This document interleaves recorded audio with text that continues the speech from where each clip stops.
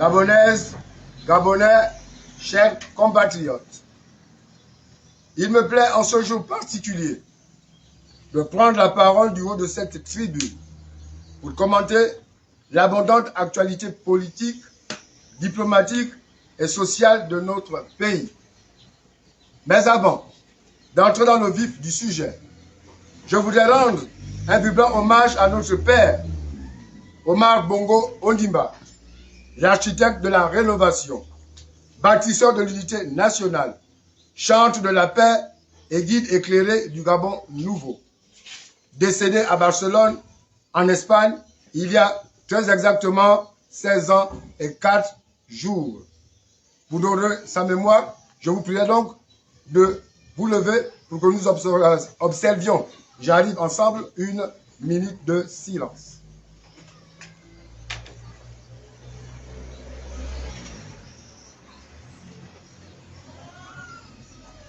Je vous remercie. Mesdames, Messieurs, chers compatriotes, l'actualité politique nationale reste dominée par les travaux des comités sur la rédaction des avant-projets de loi sur les partis politiques et sur le découpage électoral et la répartition des sièges électoraux dont j'ai eu l'honneur de prendre part en qualité de commissaire. Je tiens à éclairer l'opinion sur les fondements ayant conduit à cette réforme majeure du paysage politique national au regard des commentaires entendus ici et là. Pierre angulaire de réformes engagées sous la transition, ces avant-projets de loi consacrent, du moins en ce qui concerne l'avant-projet de loi relatif au découpage et à la répartition des sièges nationaux. Pierre angulaire, disais-je donc, des réformes engagées sous la transition. Cet avant-projet consacre l'augmentation des membres des deux chambres de notre Parlement. Le nombre de députés passant à 145 contre 143 auparavant et les sénateurs à 70 au lieu de 52. Cette réforme s'inscrit dans une logique de recomposition territoriale équilibrée, conforme aux réalités démographiques et administratives, avec l'inclusion des deux sièges représentant les Gabonais de l'étranger. Cette réforme, disais-je, s'inscrit dans une logique de recomposition territoriale équilibrée, contrairement aux critiques sur les coûts qu'induirait celle-ci. Cette hausse s'inscrit sur une logique de rationalisation des circonscriptions et de meilleure représentativité des populations. Chaque député représentera en moyenne 17 240 habitants, contre 18 300 auparavant. L'octroi de deux sièges dévolus aux Gabonais de l'étranger permettra que près de 47 000 compatriotes résidant en Afrique, en Europe, Amérique et Asie soient désormais pris en compte. Sachons tout de même que ces derniers contribuent à hauteur de 12,7% des suffrages exprimés, qu'ils transfèrent sur le plan financier chaque année, je me répète, l'équivalent de 12,7% de devises. Une ressource vitale pour des milliers de familles nécessaire à l'équilibre de notre économie. Chers concitoyens, les dispositions du nouveau code électoral, en son article 247, prévoient que le nombre des sénateurs est fixé à 70. Il aurait donc été illégal et hasardeux pour nous de ne pas en tenir compte dans la rédaction de cet avant-projet. Par ailleurs, le Sénat comptait, jusque dans un passé récent, 15 membres nommés directement par le président de la République, ce qui faussait profondément le jeu démocratique. Plus d'un tiers de cette Chambre était ainsi acquis de facto au pouvoir en place, ce qui violait allègrement le principe fondamental de la séparation des pouvoirs. Pour corriger cette situation, le comité a pensé que l'accès au Sénat se ferait désormais exclusivement par voie électorale. Nous avons réparti 18 sièges supplémentaires aux collectivités territoriales qui n'étaient pas représentées auparavant. En tenant compte de certains critères objectifs, poids démographique, j'arrive, configuration géographique, accessibilité des territoires, équité territoriale et respect des limites administratives existantes. Cette réforme garantit une représentation plus équitable des populations et des territoires au sein du Parlement. Nous pensons que cette étape consolidera notre démocratie et rapprochera un peu plus les élus des citoyens qu'ils représentent. Certains dénoncent un gonflement du Parlement dans un contexte de rigueur budgétaire. La réalité est inverse. Car si le budget global du Parlement, autant pour moi, passera de 28,4 à 31,2 milliards de francs CFA, soit plus de 9,8%, seulement 0,6% du budget national de 2025. Cette hausse est compensée par la suppression de 11 postes de ministres et la réduction de 20% des indemnités élues, mesure déjà intégrée au projet de loi de finances. Ce projet n'est pas une fin en soi, il est bon de le rappeler, mais le socle des prémices d'une démocratie revitalisée.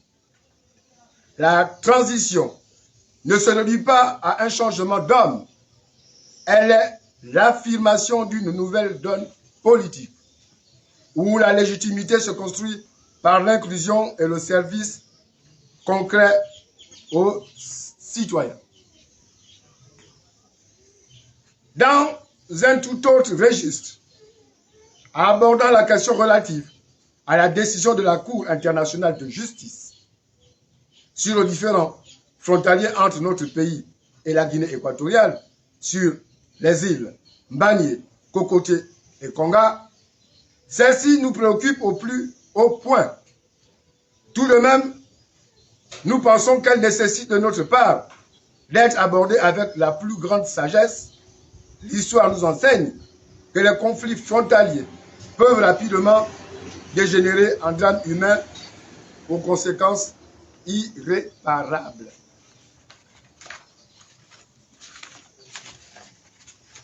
Je pense aux mots de Nelson Mandela. Si tu veux faire la paix avec ton ennemi, tu dois travailler avec ton ennemi. Alors il devient ton partenaire. Si nous les hommes passons, le Gabon et la Guinée équatoriale demeureront éternels et ne pourront jamais être déplacés. Il nous revient donc de penser à des mécanismes diplomatiques et pacifiques qui nous permettront de mettre en place des procédures gagnant-gagnant pour parvenir à des solutions qui nous satisfassent tout autant que la Guinée équatoriale. La Guinée équatoriale et le Gabon ne sont pas des ennemis. Les échanges régionaux sont le socle de la mondialisation de l'économie mondiale qui a permis sa prospérité partant de ce postulat pour un Gabon et une Guinée équatoriale prospère. Nous devons développer nos échanges commerciaux avec ce pays voisin Opter pour la voie de la prospérité partagée est plus enrichissant que de choisir la voie de l'affrontement qui se transformera rapidement en drame humain pour nos deux peuples. J'invite donc leurs excellences, les présidents Brice Clotaire Oligui Nguema et le patriarche Théodoro Obiangema Bazogo à privilégier cette voie que toute autre. Ainsi donc, nous pensons que la création d'un comité conjoint d'experts chargé de trouver une solution fraternelle et définitive à ce litige historique témoigne d'une volonté commune de privilégier le dialogue et la paix. Leur esprit de responsabilité et leur sens élevé de la fraternité entre les peuples de Guinée équatoriale et du Gabon sont un exemple qui force respect et admiration dans toute la sous-région et même dans le monde. Sur la problématique du déguerpissement des populations de Plein-Oreti et ses environs, l'émotion est vive et une profonde tristesse m'habite. J'exprime à nouveau aujourd'hui toute mon empathie envers les sinistrés de Plein-Oreti, victimes d'un déguerpissement brutal et inhumain. Je le répète. Ces familles, jetées à la rue, sont désormais des sans domicile fixe, privées de tout moyen de subsistance, sans accès à l'eau potable, à la nourriture, ni aux commodités élémentaires indispensables à la vie quotidienne. Cette situation dramatique est une blessure vive pour notre conscience collective, une blessure vive pour notre conscience collective. Cette situation, je me répète encore, pour ne pas perdre mon latin au fil des idées, cette situation dramatique est une blessure vive pour que notre conscience collective. Aussi tiendrai-je à lancer un appel solennel à son Excellence, Monsieur le Président de la République, chef de l'État, chef du gouvernement et désormais père de toutes les Gabonaises et de tous les Gabonais, afin qu'il s'implique personnellement et sans retenue dans le règlement de cette crise sociale. Il est urgent d'ouvrir un dialogue sincère et constructif avec les sinistrés pour trouver des solutions immédiates et durables qui mettent fin à leurs souffrances. Par ailleurs, j'invite tous les Gabonais, sans distinction d'appartenance politique ou sociale, à se mobiliser dans un élan de solidarité nationale, que les membres du gouvernement, les parlementaires, les leaders politiques de tous bords, ainsi que les acteurs de la société civile s'engagent donc dans une levée de fonds urgente pour venir en aide à nos compatriotes démunis. Libreville n'est pas Gaza. Il est de notre devoir moral de protéger la dignité humaine sur notre sol. Par ailleurs, j'invite, si le projet d'urbanisme est certes important pour le développement de notre capitale, il ne doit pas être une priorité absolue au détriment du bien-être du peuple gabonais, sauf s'il existe des objectifs inavoués et inavouables visant à écorner l'image de M. Oligui Nguema.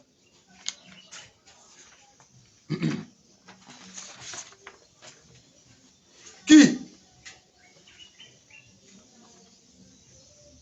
l'homme magistral m'a porté à la tête de notre pays face à une précarité grandissante, l'urgence sociale s'impose comme la priorité première, c'est-à-dire restaurer la dignité des Gabonais.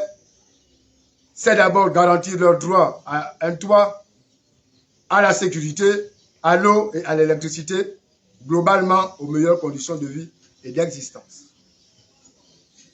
Mesdames, Messieurs, mes chers compatriotes, d'ici je voudrais exprimer avec gravité la profonde détresse qui étreint chaque famille gabonaise face à la flambée insoutenable du coût de la vie à Libreville en particulier et sur l'ensemble du territoire national.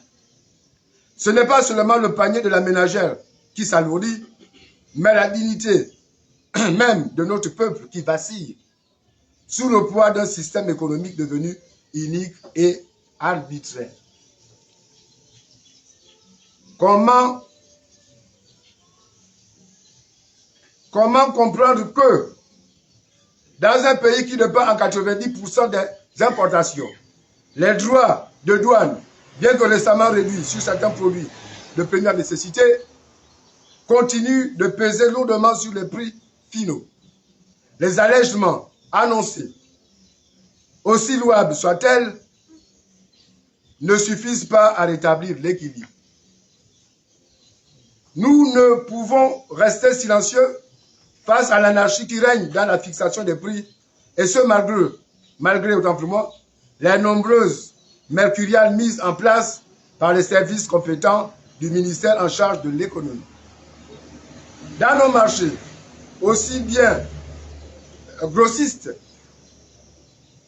que les demi-grossistes, les détaillants aussi imposent des tarifs au gré de leurs humeurs, sans aucun respect pour la mercuriale. Sans aucun respect pour la mercuriale officielle, voulais-je dire. Le bidon de 5 litres d'huile coûte désormais plus cher qu'une bouteille de gaz butane. Et les prix du sucre, du lait ou des boîtes de conserve fluctuent d'une boutique à l'autre sans aucune justification rationnelle. Où est donc l'État? Où sont les contrôles? Plus de 700 commerçants ont été récemment convoqués pour pratiques illicites. Mais la spéculation continue de sévir impunément. Un autre phénomène prend forme dans nos marchés. L'achat d'un produit peut s'accompagner par l'achat d'un autre, et ce même si vous n'en avez pas besoin.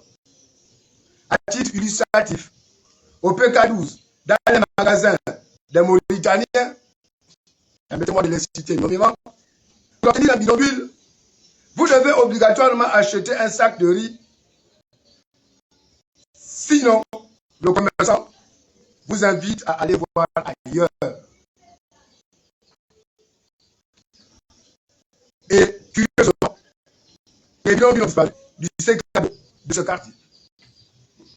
Un exemple patent qui illustre la situation. Complicité passive, complicité active. Au Capal, pour avoir de la dorade, vous devez obligatoirement prendre de la sole ou toute autre espèce. Au Gabon, le commerçant devient roi et non plus le client. Toute chose, il va falloir inverser. Ce qui me blesse plus, c'est de voir certains opérateurs économiques recourir à la spéculation pour faire grimper les prix des produits de première nécessité.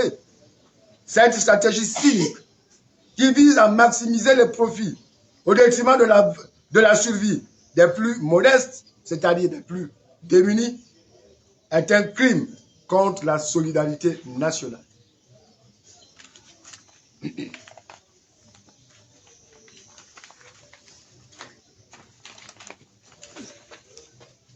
Je voudrais donc interpeller la conscience de chaque décideur.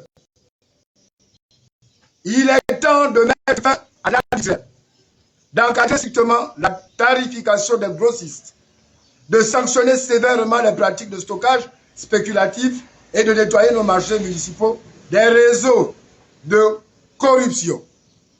La création annoncée d'une centrale d'achat public pour les produits de première nécessité est un pas dans la bonne direction. Mais elle ne portera ses fruits que si elle s'accompagne d'une volonté politique réelle de transparence, de contrôle et de justice.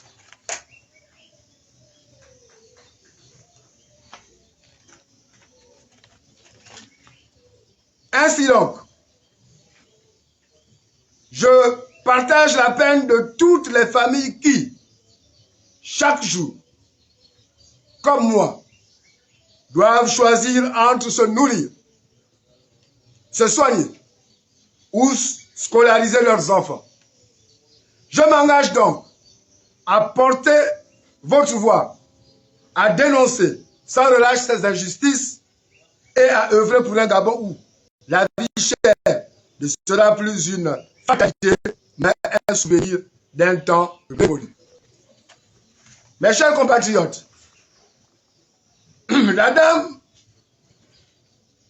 à la bouche toujours pointue et aux cheveux mal tressés sévit à nouveau. Elle a même réussi l'exploit de contaminer Car Powership. Notre pays est à nouveau plongé dans une obscurité qui va bien au-delà de l'absence de lumière. La crise énergétique que nous vivons est une blessure profonde, une entrave à notre dignité et à l'avenir de nos enfants. 3 à 4 coupures d'électricité par jour. Une eau précieuse devenue rarissime. Voilà notre quotidien à tous. Comment espérer attirer des investisseurs, créer des emplois, bâtir un Gabon moderne dans de telles conditions?